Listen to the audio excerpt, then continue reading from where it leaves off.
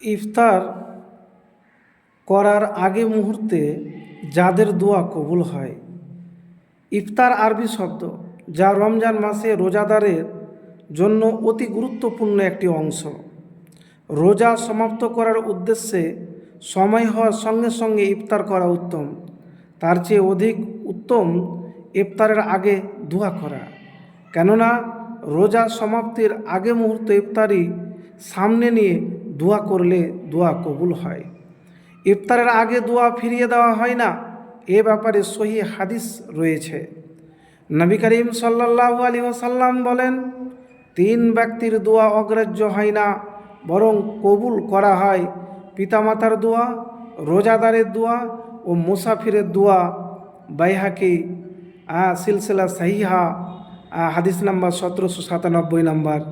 সুতরাং রোজাদারের জন্য ইফতারের আগে মুহূর্ত পর্যন্ত যে কোনো সময় দোয়া কবুল হওয়ার গুরুত্বপূর্ণ সময়। বিশেষ করে ইফতারের পূর্ব মুহূর্ত মানুষ ক্ষুধা, পিপাসা, কাতর, ক্লান্ত, শ্রান্ত থাকে, তাই সে সময় দোয়া কবুল সম্ভাবনা আরও বেশি। কারণ এ ধরনের দুর্বল, কষ্টকর অবস্থায় দোয়া করা হলে তা কবুলের সম্ভাবনা বেশি থাকে। এ বিষয়ে একটি হাদিস রয়েছে, ইফতার সময় রোজাদারের জন্য এমন একটি দোয়া রয়েছে যা ফিরিয়ে দেওয়া হয় না। ইবনে মাজা। তো প্রিয় ভাই আমার, আপনি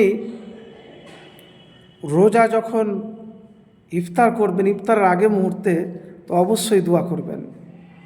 কেন জানেন? দোয়া যদি আপনি না করেন, আল্লাহর কাছে না চান, তো কীরকম করে হবে? 10 মিনিট, 15 মিনিট কীরকম দোয়া করবেন? কোন দোয়া করবেন? আপনি যা জানেন, ইফতার উজু করবেন, উজু করার পরে পরিবারের সকলকে নিয়ে আপনি বসবেন, বা একা থাকলে একাই বসবেন। বসার পরে আল্লাহর কাছে হাত উঠিয়ে আপনি দোয়া করবেন। আপনি মনে মনেও করতে পারেন। এবার দুয়ার মধ্যে তার আগে কি করবেন আপনাকে বলে দিই। ইস্তেগফার পাঠ করবেন, আপনার ব্যাপার কতবার পাঠ করবেন। আর দুরূদ শরীফ অবশ্যই পাঠ করবেন। আর হাত উঠিয়ে দোয়া করতে পারলে বেশি ভালো, কেন রাসূলুল্লাহ সাল্লাল্লাহু আলাইহি সাল্লাম বলেছেন, কোনো বান্দা যখন আল্লাহর কাছে হাত উঠিয়ে দোয়া করে, তখন আল্লাহ তাআলা তাই খালি হাত ফেরত দেয় না, লজ্জাবোধ করে। তো প্রিয় ভাই আমার, তো যখনই আপনি দোয়া করবেন, ইফতারের আগে হাত উঠিয়ে দোয়া করেন। আপনার মনের যে আশা আছে, ইচ্ছা আছে, বাসনা আছে, ইনশাআল্লাহ দ্রুত পূরণ হয়ে যেতে পারে। প্রিয় ভাই আমার, একবার আমল তো করে দেখুন। অনেকে কী করে দেখা যায় যে ইফতার করার মুহূর্তে তাড়াতাড়ি করে, কেউ আবার লেটও করে দেয়।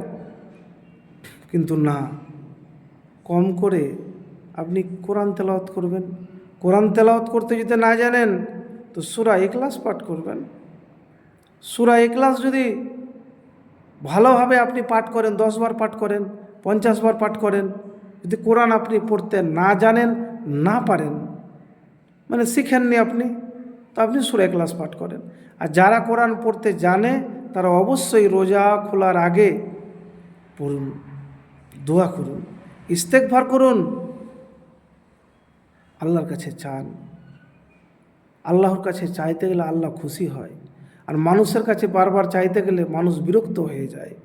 তো প্রিয় ভাই আমার, আল্লাহর কাছে রোজা অবস্থাতে ইফতারের আগে একবার ভালোভাবে চান, অন্তর খুলে চান। আপনার আশা যে আছে, ইনশাআল্লাহ পূরণ হবে। আপনি যা চাইছেন দ্রুত পাবেন।